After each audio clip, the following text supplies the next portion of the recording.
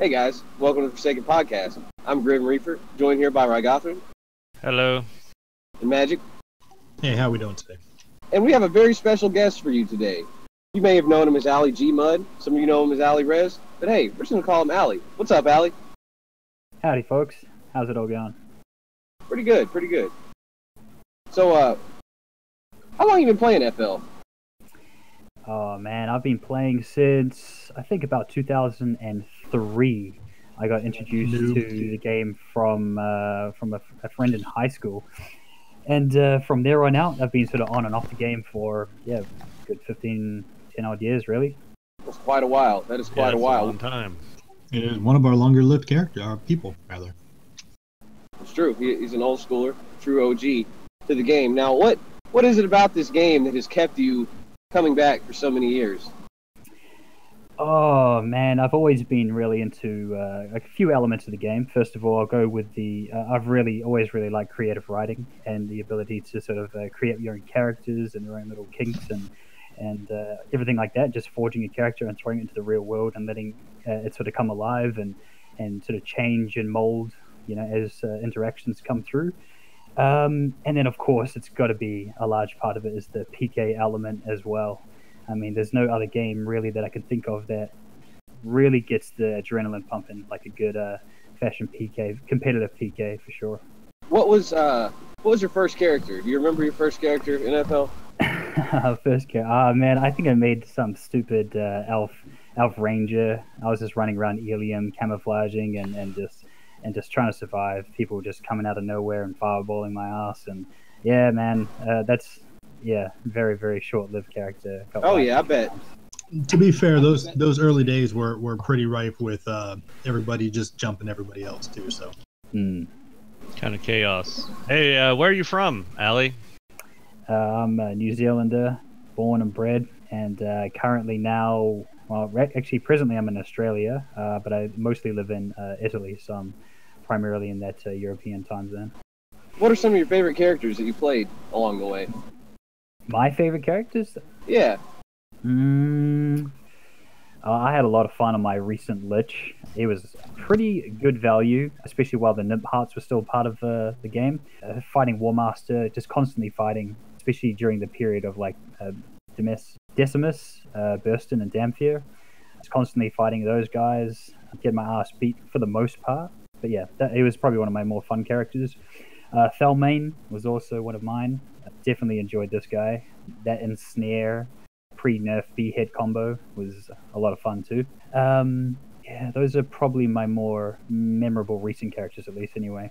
What are some of your favorite characters you've interacted with that were not your character? I'm probably going to butcher this name, but I must say, I think it was Verithix, that kind of nightmare PSI character. Very, very powerful PK and pretty extreme RP, I must say. I think he was probably one of the more defining characters that I encountered. By PSI, I'm assuming you mean Psionicist, right? So yeah, that's what I'm talking about. Yeah, I hate to say it, but yeah, Scree. He was also good value. Just humorous and very competitive against my characters at the time. Those are the ones that I can think of mostly at the moment. Yeah. And what, as far as cabals go, what's your favorite cabal to join? Do you have a preference? Do you have like an RP angle preference or a cabal preference? What do you think about that? What do you like to lean towards? Oh, I quite like playing. This game is always leaning more towards evil, and I always find that goods are often the underdogs, and I always like playing an underdog cabal. So I tend to find myself in Knight, followed closely by War Master second. Why do you think that evil is more prevalent than the other alignments? It's just one of those alignments that, there's a little less, strings attached to it, so you can kind of be a little bit more loose and kill and PK and everyone that I know that is good at PK has always had a really strong evil, whether it's Trick with, X character or Kotrag with... Actually, not Kotrag, sorry, Fox with... No, I can't think of his characters right now. I think he had Demon Dark Knight, right? That's the free buff. Tankazar or something. He might have been. He might have been not in the period that I was playing in. I'm trying to think of another one. I always just found Nexus is always stacked. When I joined Knight recently, it was stacked. So I just found that it always seems to be that goods were the underdogs, from my experience. It may not be true, but from my experience, it definitely seemed that way. So you like to belly flop from the top of a mountain into the turbulent ocean of wickedness and evil that exists in FL, fearlessly, mind you, taking the full force of the waters across your bare chest and belly, and give them the ultimate walloping and really, really turn those evil tides into tide pods, which then cleanse the world of evil. Wow. I'm just going to stop you right there, Grim. Yeah, well, what you're trying to say, yeah, exactly. I kind of like, giving the evils a run for their money from the other side. I don't want them to think that the goods are all just elves running around dancing and being pushovers. Kind of like to punch back from that angle. Yeah, that's good, because being good does not mean that you're just walking around, shaking hands with people, exchanging gifts, complimenting one another. That's not what it is. A big part of being truly good is a strong hatred for that which is evil, or that which would tarnish what is truly good. And, you're truly a beacon of light in this game, Allie. Don't you ever let anyone take that away from you.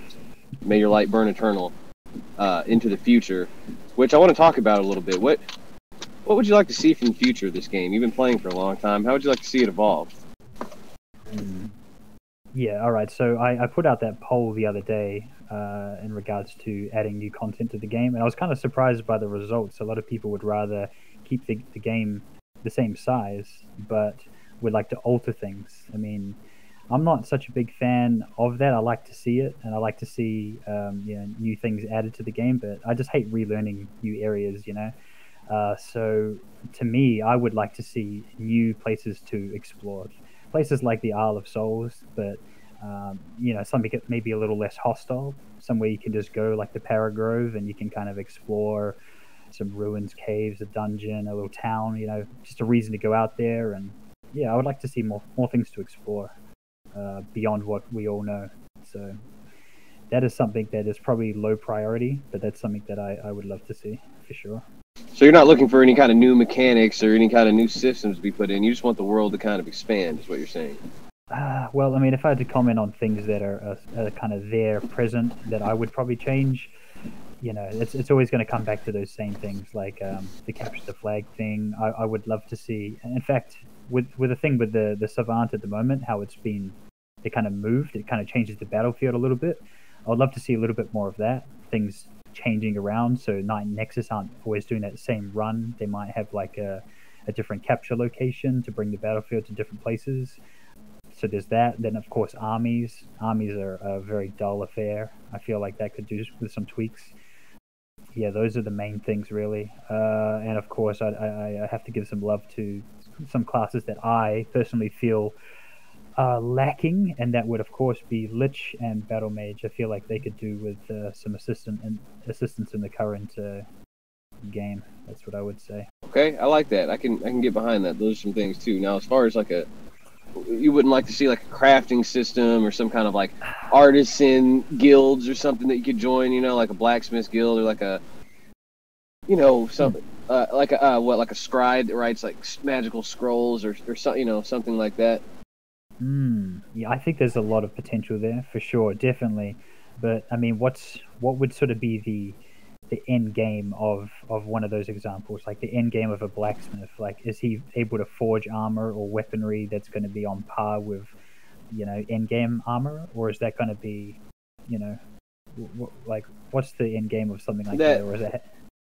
That's the ultimate question, because in theory those ideas are good, but the overwhelming thing at the end of the day for that is going to be, how is this going to affect PK? Why will this throw off the balance? So the idea of unbalancing PK kind of hamstrings any of those ideas right from the rip from getting going. And I think there is an answer for it. It just might not be blatantly obvious to us all yet. Maybe if we open our eyes a little more.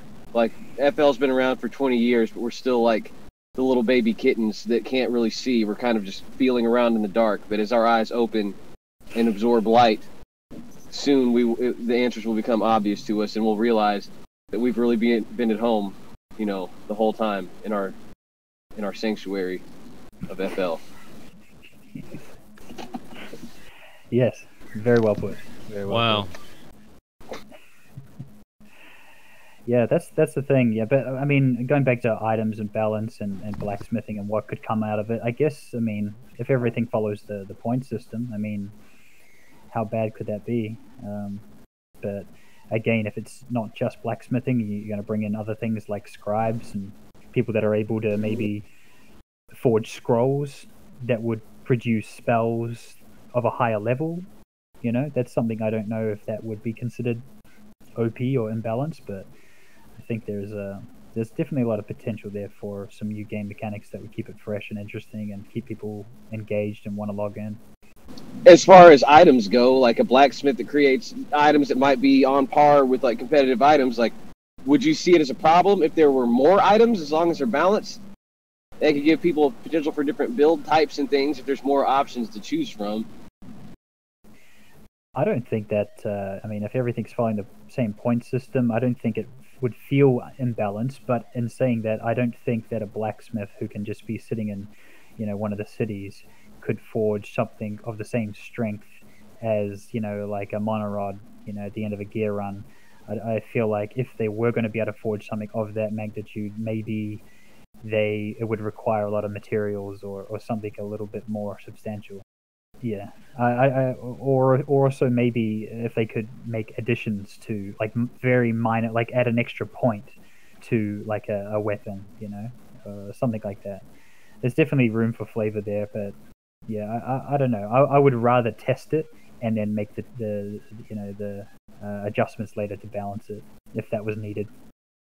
I think if there was like a to say, like, okay, you were talking about the mono rod, for a blacksmith to craft something of that magnitude, maybe they would have to introduce materials, and maybe these materials, kind of like vellum or something, maybe there's some super rare materials that are on some maybe super tough mobs, or they are a super rare drop from a super rare area, just to make it so you couldn't just pump this kind of stuff out. It'd be like a once in a lifetime, like, whoa, to be able to create this thing. Maybe you even have to have like a certain recipe, and there's a trial and error type thing, and you have to actually discover how to make it. Something like that makes it actually hard to do, and make it so that you can't just crank stuff out like that. It could be a large number of mats and a high rate of failure too. Right. Exactly. Yeah, I like that idea, and maybe something like in addition to that, maybe in lockboxes you can find hidden patterns so you can actually start collecting patterns, and you can start forging items that would be maybe rare and competitive with those high-end weapons as well. There you go, patterns. That's another thing to go questing for, Maybe there's elite quests too. More quests are put in the game to get these patterns and to get, anything like that. It gives some people stuff to do. Yeah, and if there was more than one profession, maybe having them require each other for certain things. Maybe you need like a scribe to decipher a pattern, or maybe there's like an ointment you need to put on some materials to build a blade that you can only get from an alchemist or something like that. Make them all kind of need to interact with each other. Yep, I think that'd be extremely cool. Don't you, Rygothrin? Yes, of course I do. But yeah, that's all this kind of is. It's just chatter about things that could be potentially very interesting. I feel like I don't know if it's in the forefront of what needs to be done, but obviously there's a lot of cool ideas out there that could be implemented for sure. Definitely, fully agree. I would personally love to play something like that, and would spend a lot of my time doing that, and it would give people things to do other than PK. Like, PK is heavy, yes, people love to PK, sure, but what else is there really to focus on in the game? Do you think that there's not enough player versus environment, Allie? It seems to be a hot topic these days. I mean, what exactly is that? Is that like player versus environment? Is that like going to gear? Is that running the offices? Is that going to desolation? Is that what you mean? Yeah, pretty much anything that doesn't revolve around PK, because some people actually make the argument that still revolves around PK because you're basically going to get PK equipment.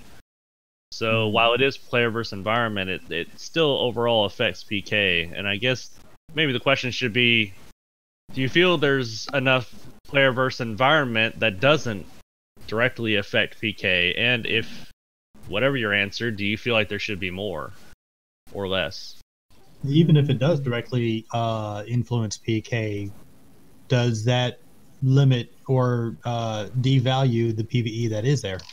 It's a good question. I think, every single time you go off to do any of those things, obviously you're looking to pick up items to build your set, which is ultimately going to be used in PK. Some of those little bonuses, like the quests that you might find here and there, they might give you an additional, bit of health or mana as a reward or something like that, but it's very, very minor. But people still do it usually to gain those advantages in PK. But I don't think that's such a bad motivator for there to be groups to go to Desolation, because what other kind of rewards would you give the player to go off and do, something that's going to take them an hour, or fighting mobs and stuff like that and going through gauntlets? What other rewards can you give them besides like prestige through quests? If they were trying to forge an item, a unique super item, which I guess again would probably be used in PK, but well, I guess you could maybe get items that are not used in PK, like like maybe you get like a scroll, and whenever you recite the scroll, you can pick one of your items, and it becomes like a personalized item or something like that. While it doesn't affect PK, directly, it's just a restring at the end of the day that doesn't cost you like roleplay points or whatever. But could that be seen as a way of affecting PK, because now all of a sudden that rare item that you've just basically soulbound is now non-lootable? Yeah. For sure. Or if it's been restrung, then you don't know what that base item was, and so yeah, indirectly it affects PK. A lot of stuff, almost anything that you do affects PK, because PK is such a large part of the game, and I don't think we can get away with that. But there's got to be something that we're not thinking of that can be rewarded. Titles. Even if it's like roleplay points. I mean, it's still it can still affect PK. But yeah, titles can also affect PK, because you don't know if you're new, if you haven't seen this character, you don't know what the class is, and it's it's not gonna be game changing, I don't think, but still it can, at least the first time you fight someone, it can throw you off and get you killed. You'll find out pretty quick what they are. You can see through their racial restring. You can then start using the process of elimination to be like, man, I bet they're this. It just takes 2 seconds to figure out what class you're fighting against. Yeah, you would wonder if if you typed who is so and so, if it should show what their class is, similar to whenever you type who is so and so, it shows what their race is. Or bio, and you can see which perk they chose. Yeah, you can find out all kinds of information. Wrote in a bio. Do you feel like this information should be so readily available, Allie? Nah, I don't think so. I feel like if you got a title that hid your original class title, I think that the advantage would be pretty short-lived. Yeah, I agree too. However, to me, like, I wish, just from aesthetics point of view, that they would take off, whenever you do who is, it would take off what their original race was. Because sometimes, I do this especially, I will call, just by accident, knowing that someone's like a restrung illithid, I'll call them an illithid, like a squid, or try to insult them as an illithid whenever they're something completely different because of the restring. And then I'm like, oh, now I feel like a retard. So it kind of kills that immersion for me a little bit. I understand why it's there. I don't know. Now that you mention it, I think it would probably be better off if it just showed nothing, you know, because give a little more credit to the restring and the extra work the player put in to achieve that restring. Yeah, yeah. One thing to consider, though, is you want those PvE, sort of that content to be, you know, replayable as well. Because, for example, title reward, I mean, you do it once, why would you do it again, you know? Why would you help someone else to go do that if there was no reward in it for yourself? I feel like, as much as I hate to say it, those RP points, they're a big draw. I mean, that's a lot of the reason why I will follow people into, you know, quests that will offer those, or even killing the what's his name again, the pit lord, and getting the CPs again. You know, those types of things that are replayable, or sorry, like you get the quest rewards over and over, even if it's like diminishing returns on those over a period, that would still be worth it. So you think that we should give roleplay points for quests? I think so. I think for a very limited amount, but the big ones for sure. You know, something that's going to take it's going to be worth the people's time. You know, like officers, for example. That I mean, with a group of, I don't know, like 4 or 5 people, I mean, you can burn through that pretty quickly. But it's not often that you get that. You can do it with 2 or 3. You know, it will still probably take you about 40 odd minutes, and I feel like the reward's justified. Yeah, I agree with that for sure. I think I don't think roleplay just needs to be given for, you know, roleplay reasons. I think it can, because anything, it indirectly affects roleplay, and while it's not like a big thing whenever you get 3 people together, you might not even talk to each other the entire time except for to focus on the task, but at least you're in the game and you're communicating and creating that rapport, whether good or bad, which could lead to further something down the road, you know. So I don't personally see a problem with it. Yeah, I would like to see more people running those types of in-game content, and you know, because quite a few times on more recent characters, there's just a point where you just get everything that you're after, and there's no more reason to do those in-game areas, and people ask you, hey, you know, do you want to run gear with me or whatever, and you know you're getting almost nothing. You're getting nothing out of it. Gear, for example, it's kind of a drag. Yeah, it is, and it's there's a risk. And then there's time. It's just like, why would I do that? I mean, I should get something out of that, if you know, if not for armor, some kind of other reward. Yeah.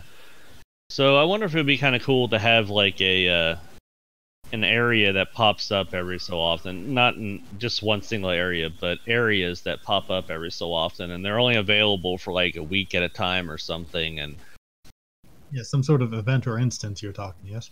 Yeah, and something that's kind of draw players' attention, because there's, you know, I say a week is not enough time to learn an area, but you know, some people play a lot of hours, and so, but it would be kind of cool to have like these, you know, areas kind of pop up every so often, and then, you know, you only have so long to actually go through it and to get the rewards from it and all that. And then it goes away. I think that would be kind of cool.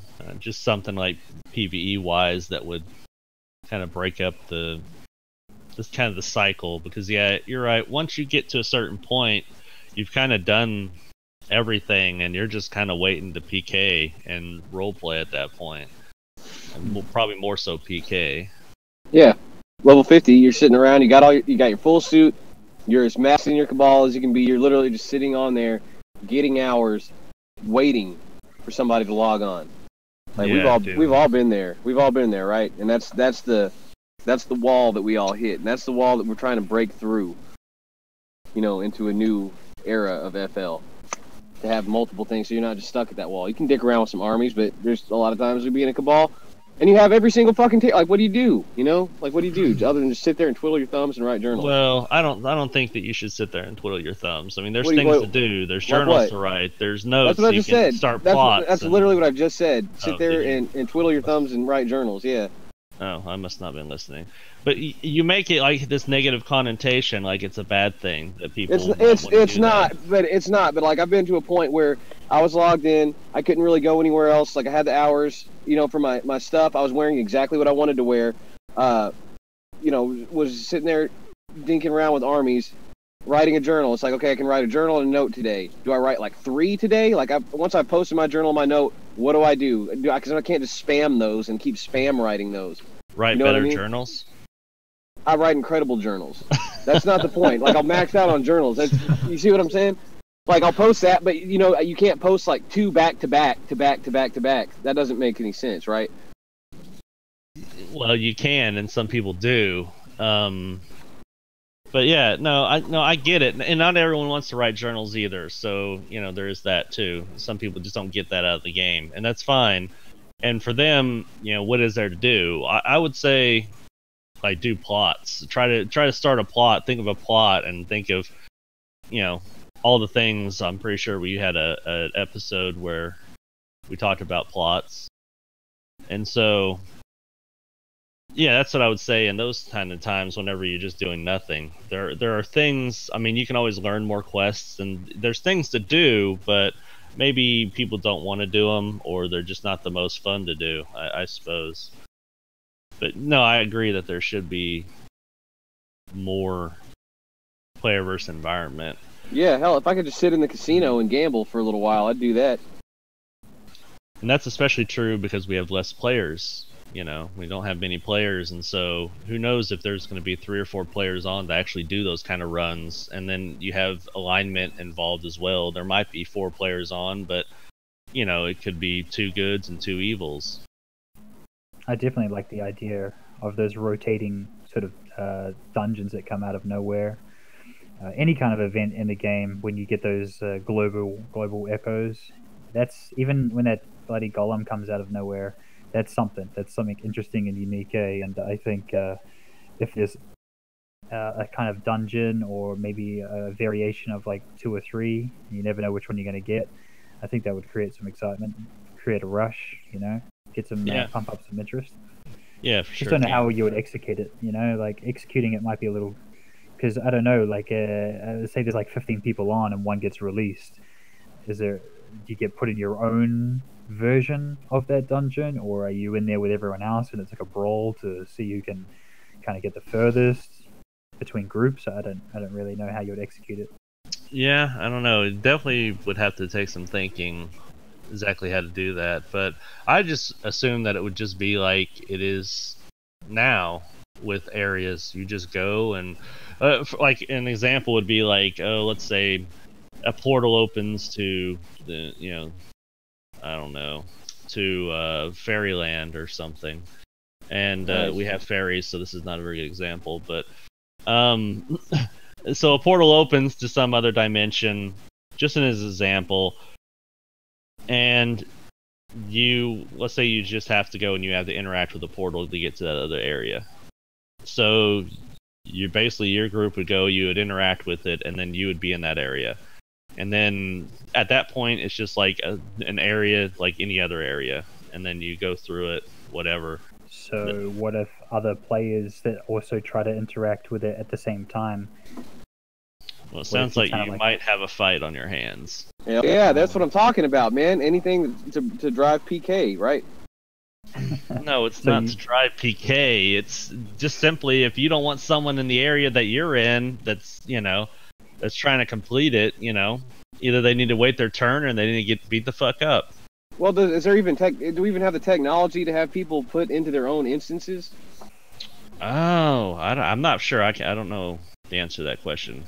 I'm gonna go ahead and say no, we don't. I don't think it's gonna work like that. That sounds like a whole other thing would have to be coded for that. You might be able to write some kind of prog or something on an item that it randomly sends people to different areas, and you could create the same area 4 times and it randomly sends them to a different area, but there's a chance that they could get put in the same area at that point. And I don't think we need to think too far ahead of that. I'm fine with them going in the same damn area, or maybe if a group, like if you are in a group, like your group will go into this area if y'all go through this portal. If you're by yourself, you'll go through there by yourself, but like if somebody's in there, maybe other people can't go in until that person dies or comes out. I don't know. No, I think they should just fight over it. I agree. Yeah. Fuck it. Let them just all go in there and see what happens. They have to find it first, though. And if they're all good, if there's two groups of goods for some odd reason, then hey, they can work it out as goodies. Yeah. So, Don't go searching for it you're alone. talking about doing some PvP in order to get some PvE done. Yes, if that's necessary. That's the best we got right now, Magic. I don't know why everyone's shying away from PvP whenever it's a major part of this game. In fact, it is. Could be argued that it is majority part of this game. It's certainly played that way. Yes, that's the way it's always been played. Yeah, I mean that's why our numbers will always be small. No, our numbers weren't always small. Yeah, they weren't. They are now. So I mean, what does that say? There's a multitude of reasons that has nothing to do with the What's fact that say PvP about only. the business model? If you have a business that's doing really good and it just gets worse, just the numbers dwindle and dwindle and dwindle. What's happening? Supply and demand, I suppose. It could be a lot of different things. Going out of business. And what do when a business is failing? You usually alter it so that it doesn't fail. What's the purpose of a business? To flourish. To flourish? That's the purpose of the business? Why the fuck else would you do it? You try to eat off that shit. It's your nest egg. That's where you get your money. It's get money. Yeah, get money. There's no money around here. Right. That's what I'm saying. I guess it's, are you making a game to grow and give people, is it for the people or is it for yourselves? That's the question. Well, hopefully it's for everyone involved. Everyone needs to enjoy it. I mean, a specific type of person needs to enjoy it. The problem is that, look, you have a product, you sell your product as it is. Some people don't like it, some people do. What can you do? You can try to tailor your product to the people that don't like it, but then that might alienate the people that do like it as it is, etc., etc. And it's, it is what it is. What are you supposed to do with that? No, I get it. I guess what I'm getting at is, I do think we'd get a lot more players if there was, a bigger, or, if there was more of an emphasis on PvE, RP stuff that wasn't just so PK heavy. But I don't think anybody wants to deviate from the origin of it at all. I think that adding more player versus environment is not something that the staff doesn't want to do, or the players. I think it's just a matter of actually executing it and doing it in a way that's interesting and that's going to be fun and draw people. So, and it's going to take time, as everything does. But I mean, and right now, there's areas in the process of being built. So, hopefully that helps and draws some attention, and hopefully some more stuff gets done, and, we go from there. I'm just saying, there's no one against adding more PvE, because in the end, PvP still exists, and it at least gives something for people who aren't so much into PvP to do, Yeah. Besides twiddle their thumbs and write journals. Right.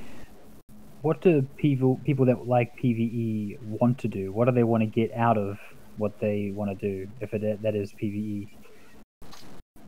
I don't know. There's lots of things you can do for PvE. It's just, you got to really think about how can you reward somebody for doing something other than, because PK is self-rewarding. That feeling you get for kicking somebody's ass, you feel good about yourself, And yeah, roleplay can be rewarding as well.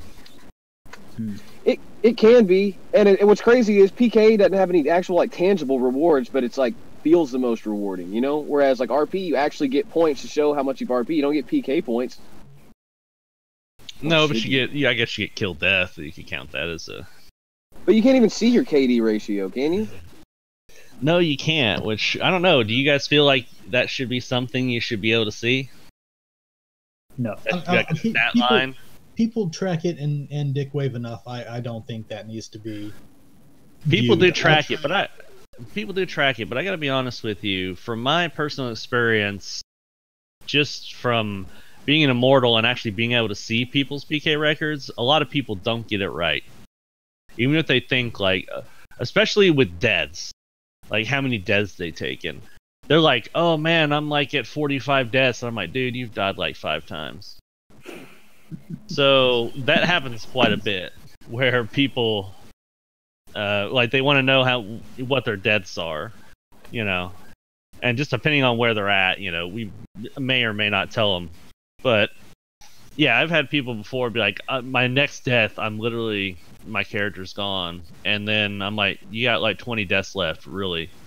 So I've actually created something that allows me to track my deaths completely. I mean, it's not much. It's big whoop. But, it's still one of those things to where I know where I'm sitting with how many times I've died. yeah, well, I mean, to me, it's not even important because you have 60 lives if you pick, just True. moderate or ruthless. I more do it to see how close I am to where I need to get another con point ready. What's up, Allie? Have you guys actually ever con death a character? I know personally I've never done it. Gotten pretty No. close. I did one a long time ago. I con dead one before 50, no less. So yeah, that was quite the achievement. And he was in a cabal, so triple threat there. I've personally never con death a character. In fact, I've probably never gone over 10 deaths. I've con death. What did you con die? Drow Cleric. Drow Discord Cleric. Pandemonium. Circa 2008. Was it a normal character? I don't know if they didn't have hardcore back then, did they? So you died 60 times, right? Yeah. Jeez. That's a lot. That's Never even made it to Trusted. That's what really pisses me off. Wow. If it's any consolation, I didn't make it a trust either. Of course, Trusted wasn't a thing back then either, so whatever. Yeah, I don't know. I've never been past 10 deaths myself. What about you, Allie? Have you actually conned death? Nah, I haven't con death the character. I think one of my more recent characters, Thalmain, he was it hardcore? He only had 20 lives, and I think I must have been somewhere around 6 or 7 lives left. That's as close as I've gotten. Are you about to get hit? Nah, some young rascals just pulling wheelies outside. Yeah, but I don't know. I don't think I always pick ruthless characters. I don't play hardcore because I feel like I'll alter my playstyle given only 20 lives. And yet you only go through 10 deaths, so Yes. It's a moot point. Yeah, it is really, but I feel like whenever I play a hardcore character, I have this like sense that I really don't want to die. Versus whenever I'm ruthless, I'm like, I got 60 deaths. If I die, it's okay. I still don't want to die. It's just, I don't know. It's different. It feels like I got more pressure on me somehow, even though I've never hit past probably 10 player deaths, mob deaths for sure. With player deaths, I mean, Erithil, I'm sure had probably total, 10 to 12 deaths total, but I think I died 5 or 6 times. I don't remember now. It's a long time ago. To me. I don't think I died to you. I can. Pretty sure you died a few times. So. No. How many times did old Greg take a death? That's a good question. Let's see. You were fighting that Knight Warmaster War. I thought you might have gotten, because it was like an Invoker in Knight at the time as well that was doing quite well. No, I beat the Invoker actually. Greg. Yes, and by the way, I did not kill that character. I just stunned him because my character didn't believe in the war, and so I beat him down, stunned him, and then, I may have talked some smack, but and then what's funny after that is very shortly after that, I was feeling pretty high on my horse, and then Allie comes along with his elf, and although I felt like I had that in hand, considering I had 1100 hit points and the elf was that pretty hurt, the tides turned very quickly and I died. And yeah, that was terrible. I don't know how much Greg died. I would say probably 3 or 4 times total. Let's see. I know I think I died to Scree. I died to Irant. I died to Avestiana. And I'm trying to think of who else. If there's anyone else. Maybe Danfer. No, I didn't die to Danford. I think you died to. Beat the crap out of me. I think you died to Henvik, didn't you? A couple times. No, I didn't die to Henvik. A weak ass bard. I don't think anybody. What the fuck? That's not true. Henvik was too busy purring that were tiger. Yeah, having that. Yeah, having that Oh, inter yeah. I can't even pronounce your name now. Yeah, the interspecies. Schwarzenegger. Yeah, Yeah, something Arnold like that. Schwarzenegger. Yeah, completely disappeared. Crazy. Like a lot of characters. Yeah, no, but just the player in general. The player completely gone. And nothing. It was very strange. But Yeah, it was just like a sudden thing. So I don't know what that was all about. I don't think anyone does, because I don't think anyone was actually. I think like every so often that player would post in the forums, but it was very, very rare. Very rare. And yeah, just never to be seen from again. yeah, they had a lot going on at that time, didn't they? They were, you know, Mm-hmm. they were kind of like the leader of the Weebies town. The name Yep. Mm. Yep. I bet that happens a lot, right? People get the ball rolling on stuff. Things are going in one direction, and they look like they're about to be rewarded, or you know, they're contributing to some great event plot, and then they just dip. It is a pretty frustrating part of doing plots. Just for whatever reason, people get frustrated in PK, or you know, they don't have time in real life, or you know, insert this here or there. But yeah, it definitely sometimes it just kills plots. Sometimes they're able to kind of maintain. We try to leave them kind of to linger out there to see if anyone's going to pick them up, but you know, sometimes it happens, sometimes it doesn't. You know. I almost ended this Savant War with War Master. Yeah, which was an impressive feat, actually, because several people in the past have tried to do that, have come onto the prayer forum and tried to say, hey, you know, for one reason or another, can we stop this war for at least a little while, you know, and it was like a straight up not going to happen. And Grimm had a character that actually, they finally said, okay, we're going to do this. And then guess who deleted? Give us a clue, Grim. Me. It was me. I was tired of getting killed by a fucking neutral thief that wasn't trying to RP with me at the time. It was like banging my head against the wall. I had no idea what was going on. The Immortal wasn't around. I didn't really. There was nothing to lead me to believe that he was going forward with it. This was your healer, the Malahador guy? The wizard? Elf healer? Yeah, Grimm dropped off, but yeah, that was his healer in Savant. Yes, it was my healer. Sorry. You're just getting Frodo'd, were you? Yeah, it was. Dude, I was just. Got Frodo'd. Yeah, I was just getting beaten up. Like, Danford wouldn't RP with me until he took the standard and kicked my ass. You know, and that happening every time I logged in. And then, like, me sending notes and all this RP, you know, to me it didn't feel like anything was going anywhere. So how the hell am I to know? I just got tired of it, and it eventually became a burden to log on. So I stopped. I said, fuck this. I mean, if somebody had said, like, hey, this is, you know, I don't know, gave me some kind of a thumbs up or some kind of, you know, it was just... Yeah, blame it on other people. No, I'm not. Blame your failures on other people. No. I'm not blaming it on anybody. There's no reason to lead me to believe that anything was going forward with it. But I had to ask myself, it's like, fuck, is this even worth? Like, am I even having? Because I wasn't having fun when I was logging on anymore. Like, it wasn't fun. Yeah, it gets to a point where if you're dominated so much that it just becomes not so fun, for sure. Getting beaten down, trying to RP. I don't like my RP's kind of falling on deaf ears, you know. And this is happening for weeks. You know, it's not like it was just like a couple of days. Like, this was going on for weeks. I think I was at it for like 3 months, you know, and then nothing was happening. You know, so it's what am I supposed to do at that point? I mean, I can't help that I was just totally burnt out on it, and I didn't even care anymore by the end of it. Yeah.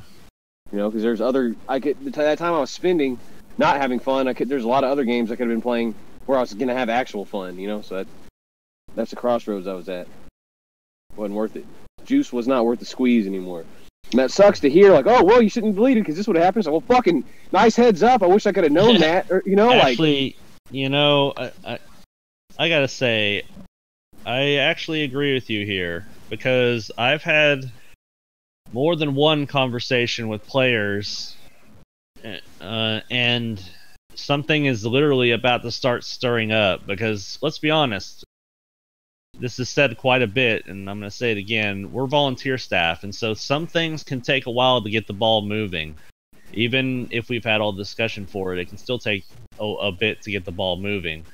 And, I mean, I've had players before that wanted, like, an artifact quest, and then we literally started planning and executing, and they deleted, and anyways... It just sometimes the ball takes a while to get rolling, and it's disappointing, and it's really easy to go back and say, why'd you delete? We were about to start doing this. And funny enough, we're not saying that, to make anyone try to save face. It happens, and unfortunately sometimes it's just the way it happens. It just doesn't work out. Well, an idea I have, and to kind of wrap this podcast up, if a character is pushing for a plot, maybe in the future, like if that plot there are things like it is about to happen, maybe send them a note or something that says like, your plot has been whatever, like give them some kind of confirmation, which will probably reinvigorate the whole character, for them to know that, and that'll probably be like a whole new life for them, and it'll like re-excite them. The embers burn out, the fire has to be stoked in order for it to continue. Yeah, no, I understand that. That's kind of what I've said in the past before was sometimes it's just easier to get it going first, and rather than trying to use it to inject more fun into a character that you're losing interest in. Yeah. Yeah, I mean, there's also things to that as well, because you don't want to say, yeah, we're going to do this and not deliver either, because we all have the best intentions whenever, for instance, like an artifact quest is a good example. We all have the best intentions to get this artifact quest done, and then we approve it to say, hey, this is going to happen. But then, maybe you can't actually do it. Maybe something pops up, or you don't have time, or, whatever. And then it's going to be even more disappointing whenever you strung that player along, and they're thinking that you're working on this, and you just haven't had time to do it. So, like, I'm not saying that's an excuse not to throw out something to say, hey, this is being worked on, but we have to be careful at doing that. And that's kind of why, like, it's difficult for us to put out like a roadmap of things that we have down the pipeline, of things that we're looking at changing, or areas that we might be building, because you just don't know. And just like players, sometimes have to abandon characters because stuff happens. It's the same with Immortals. Sometimes we have to abandon things, and maybe another mortal has time to pick it up, maybe not. It just depends. So that's kind of the way that you have to look at it, just based off of the way it has happened in the past anyways. Sure. Well, I mean, a little communication towards the player involved in the plot might not be that hard to do. I mean, it's not hard to post. It's not hard to do. Even on prayer form, or send a note and say, hey, we hear you, things are actually moving with this plot, or give a plot progress line of what they're doing or something. Because I know Volgothras had done that. That really takes 2 seconds to do, and we can't even sit here and pretend that that's hard to do. No, I never said that was hard to do. That's very easy to do. I said what happens is you give someone that, and then something happens and you're not able to actually provide that to them. That's very disappointing. Well, sure, but even if the case comes, like, okay, like if we made plans to go get coffee somewhere, and you're planning to go there, you're going to meet me there. If I'm all of a sudden running late or something, I can tell you, hey man, I'm running late. Can we postpone this? Like, here, communication isn't hard to do. It takes 2 seconds. I guess that's all I'm getting at. Yeah. Well, I mean, I guess you gotta figure out what's better. I mean, what do you think would be better? Do you think getting a alert to say, hey, we're working on this, and then it not happening, or not getting an alert at all? I think what would be better would be to get an alert, and if things do fall through the cracks, I think most people will be sympathetic if they know, something's come up. Personally, I think they'll probably appreciate that and be more understanding, as opposed to just getting nothing. The silence. Yeah, fully agree. I fully agree with Ali on this one. Fully agree. I agree too. Okay. Just playing Magic, devil's advocate here. Do you agree, Magic? Oh yeah, communication could be a whole lot better between staff and Moritz and between Moritz and all that sort of stuff. Yes. No, Okay. I completely agree. Communication is a great thing, and it should be used more, and especially not in a negative light. I mean, I've heard some criticisms that the only time that players have interactions with Immortals is whenever they're being pulled up for OOC. Sometimes not always negative things for OOC, which is kind of a shame. But I from an Immortals perspective, I get sometimes why that is. Well, on that note, that will conclude today's podcast. Man, we sure do appreciate y'all listening to us. You all come back now here. Thank you, Ali.